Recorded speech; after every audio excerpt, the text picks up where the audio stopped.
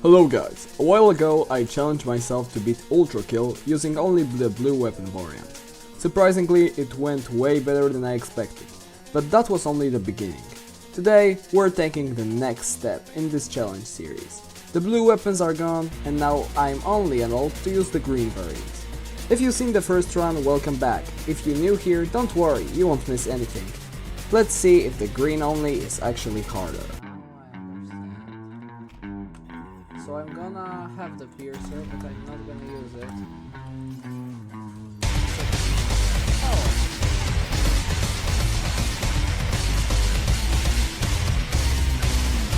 The best in the game.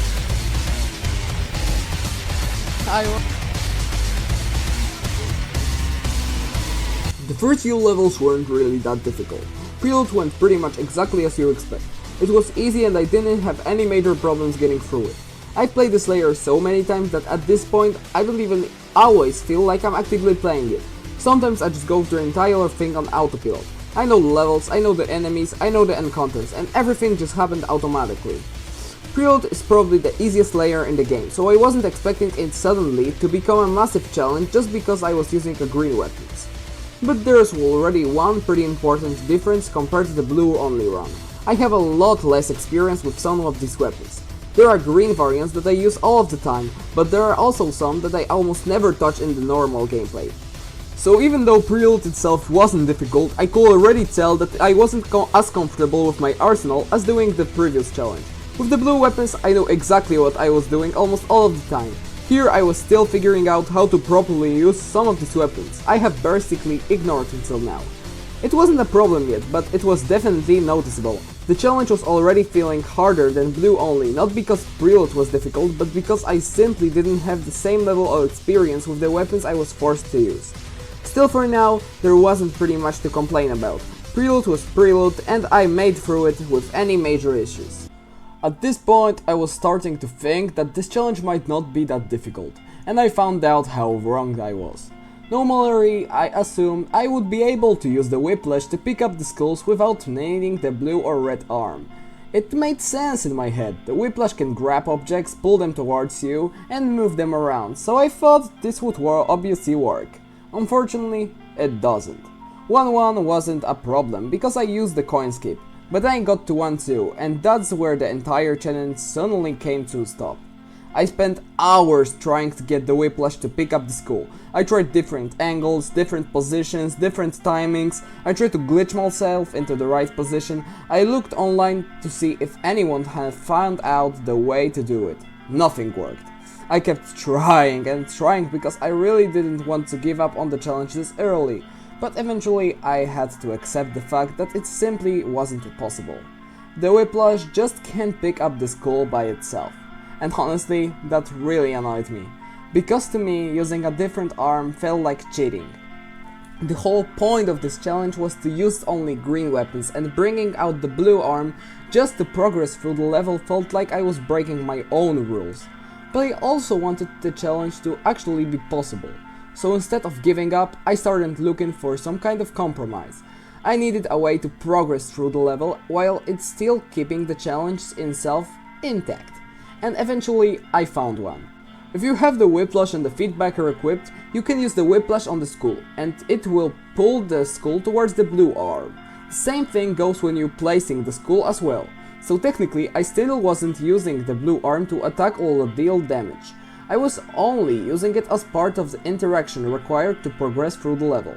To make sure I wouldn't accidentally use it during combat, I also changed the keybinds from the feedbacker from F to the right Windows key. That way I couldn't just instinctively press the F and accidentally use the blue arm. So after hours of testing, a lot of frustration and completely rethinking the rules of the challenge, I finally have a solution. The challenge rules were changing slightly, but now the run was actually possible. And with the new rules in the place, I could finally continue. I could actually continue the challenge, and even though it sounds a little weird, I was honestly more worried about accidentally pressing the wrong key than the enemies themselves. I had moved the feedbacker to the right Windows key, and in my entire time playing ULTRAKILL, I don't even think I've intentionally pressed that key. Even when I need the Windows key, I always reuse the left one. So the whole time I was thinking, please don't actually hit it. Kind of strange thing to worry about, but it was where my mind was.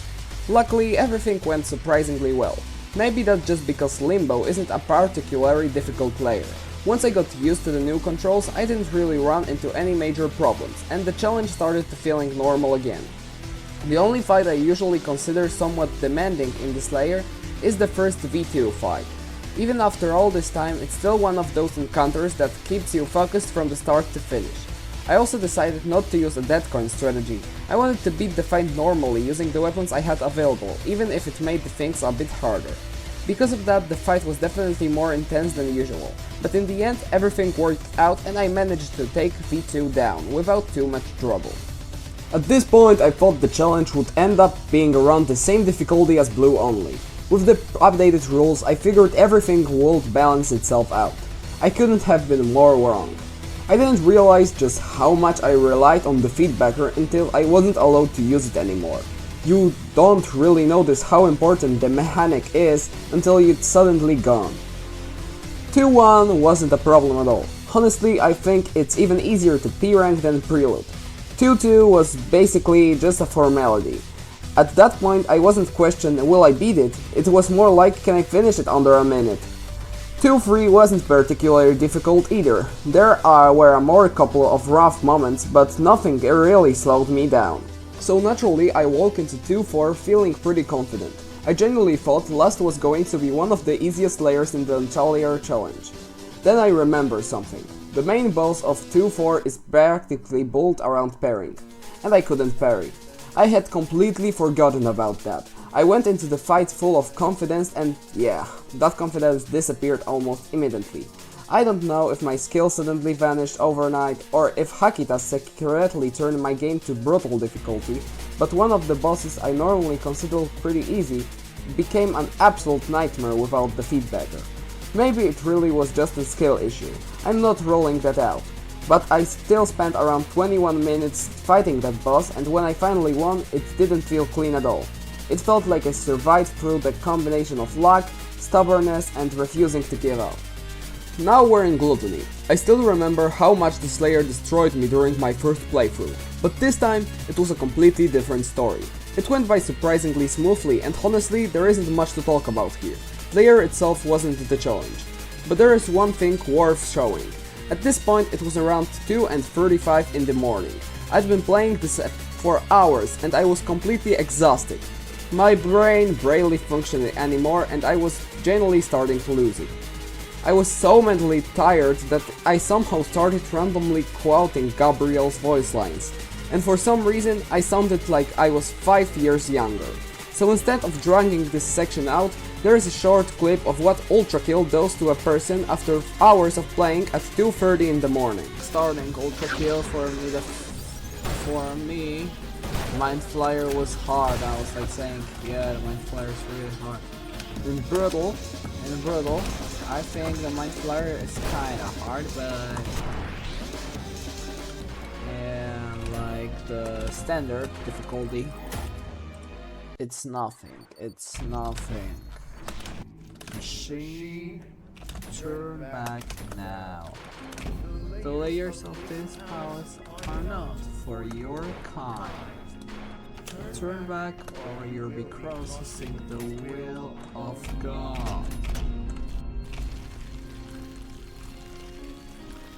Machine.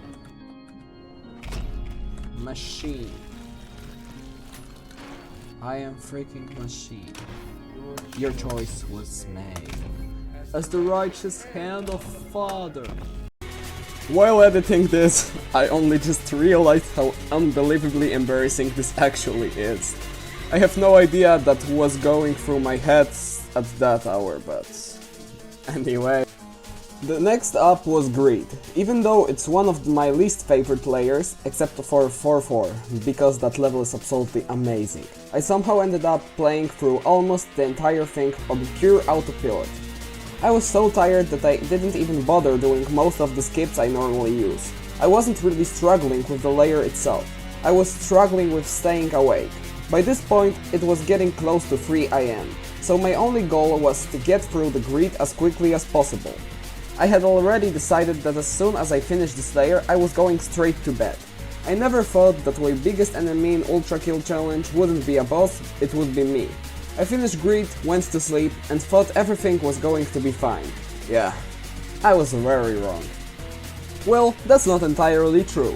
Apparently my brain decided it just wanted a little more dopamine before going to sleep. So even though I was already around 3 AM, I somehow convinced myself to play 5-1 as well. Which was a terrible idea. Not totally is 5-1 one of my favorite levels in the game, but I also wanted to play it. Unfortunately, being motivated doesn't magically fix sleep deprivation.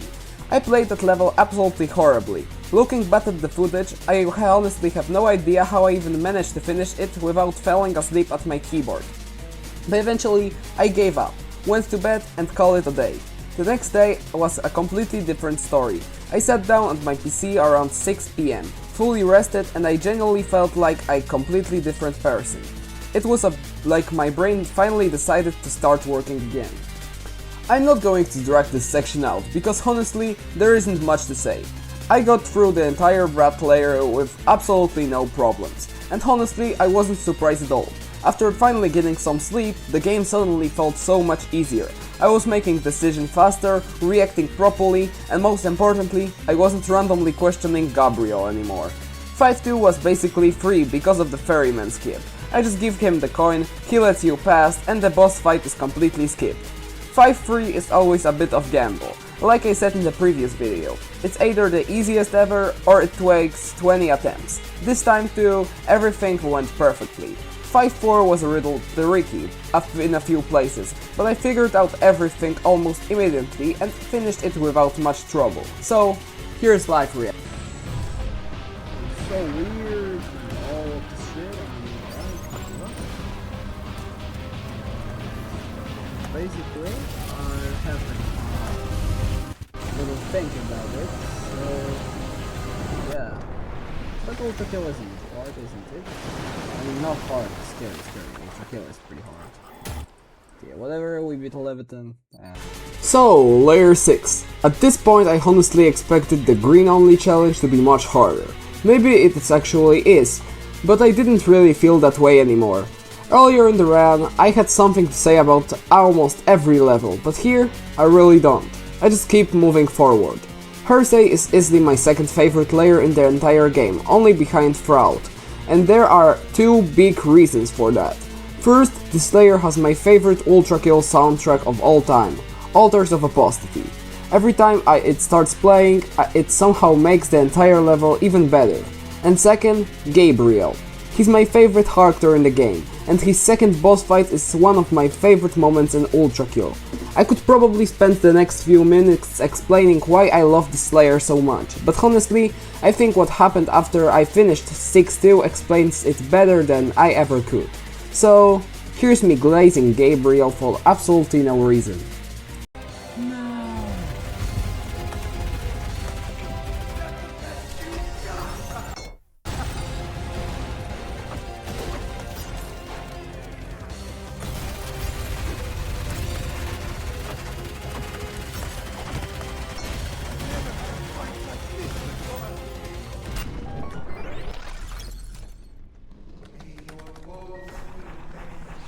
I mean, the fight is really cool. I love this fight. To be honest, it's so good. The Gabriel is now really... I'm not glazing it, I just really like the Gabriel as a character. And when I'm seeing such a piece of art, I really like how the ULTRAKILL is planned and... oh, yeah, right. Next up was layer 7, Violence. The first two levels have never really been my favorites. This time I didn't have any problems with them, but that doesn't change how I feel about them. I don't think they're bad levels at all. In fact, their atmosphere and visuals are incredible. They just feel a little rushed to me, and I don't get the same enjoyment for playing them as I do with other layers. Every time I reach 7-1 and 7-2, I always get the same feeling. That's usually the point where I start thinking, alright, I kind of want this layer to be over already. But then 7.3 and 7.4 completely save violence for me. 7.3 has been one of my favorite aesthetics in the game. The whole mechanic of filling the tree with blood is such a cool idea, and even though I think some enemy placements could have been better, the ending more than makes up with 4. Like I said in the previous video, that final battle isn't just you fighting enemies, it's you versus the regular enemies versus the blood enemies, and all fighting each other at the same time. I generally think that fight is a piece of art. And there is 7.4. I absolutely love that level. Instead of just throwing another boss at you, the game turns the entire earth mover into a boss fight, destroying it from the inside, making your way to its brain and expecting it before everyone explodes is just a cool sequence. So even though I have mixed feelings about violence as a whole, I got through it without any problems, which means there was only one layer left. Fraud. When I said I was scared of fraud, I wasn't really talking about the layer itself. I was talking about 8.2, 8.3 and 8.4, because honestly, 8.1 is incredibly easy. I absolutely love it as an introduction to the layer, but in terms of gameplay, it didn't give any trouble at all. So there isn't much to say, I cleared it without any major problems. 8.2 on the other hand was a complete different story compared to the blue only run. Last time I didn't have the coin, which made the Mirror Reaper much harder to deal with. This time the coin could automatically target where Mirror Reaper was hiding, so the fight ended up being much more manageable. Surprisingly, I got through 8.2 without any major issues. And then 8.3. Last time I accidentally glitched outside the map and skipped almost the entire level. This time, yeah, no such luck. Even I tried a few times to escape the map again, practically begging the game for mercy, but it wasn't happening, so I had to play the level the intended way. For anyone who doesn't know, 8.3 isn't famous because it's difficult. It's famous because it's long. A normal gameplay playthrough can easily take around 30 minutes, and knowing that before you even start, it's honestly terrifying. Somehow I made it to the way through against the powers. Thankfully these aren't that power, otherwise I would deal with the Blood Devil instead. Chainsaw Man joke. Normally I don't find this fight particularly difficult, but for some reason it took me almost 10 minutes to beat it with both of them. I was genuinely confused. Right after finishing the green only challenge, I replayed the fight and beat them without any trouble, so I still have no idea what happens during the recording. Maybe I was just getting tired again. I started recording about 6 the evening, and by the time I reached 8.3 I was already around 11:30 PM. Whatever the reason was, I eventually won, kept moving forward and finished the final encounter, and finally cleared 8.3. There was only one level left. 8.4. So, the reason 8.4 took me longer had absolutely nothing to do with the boss. It was because of something much dumber. I was already close to the end, basically speedrunning the level, when I suddenly realized you can't pick up the toilet skull with the whiplash. And no, that's not a bug. For some reason, out of every skull in the game, the one in the toilet section of 8.4 simply don't work with the whiplash. The moment I realized that, I genuinely thought the challenge was over. I started panicking, wondering if somehow reached an impossible situation right at the finish line. But then I remembered something. There is an official challenge for this level called Don't Pick Up Any Skulls. Which meant one thing. There had to be another way. I just had to remember how it was done. After thinking for a while, I finally clicked. I ran to the spot where you're supposed to do the skip, and immediately remembered another problem. I didn't have the blue rocket launcher. So I even thought I knew what I have to do, I couldn't do it the normal way. But by this point, I had come way too far to give up. So I started experimenting. I tried to climbing, not high enough. Tried to boosting myself with the green shotgun, still not enough. Even I tried using the green rocket launcher, closer, but still no.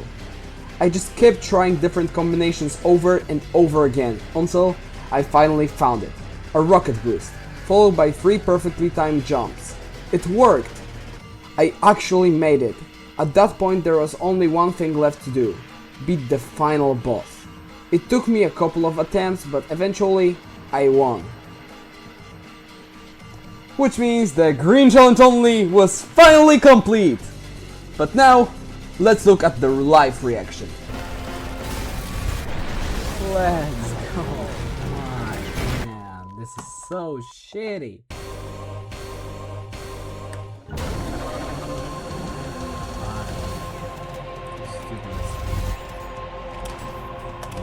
God, this fight was miserable. But yeah, we did this.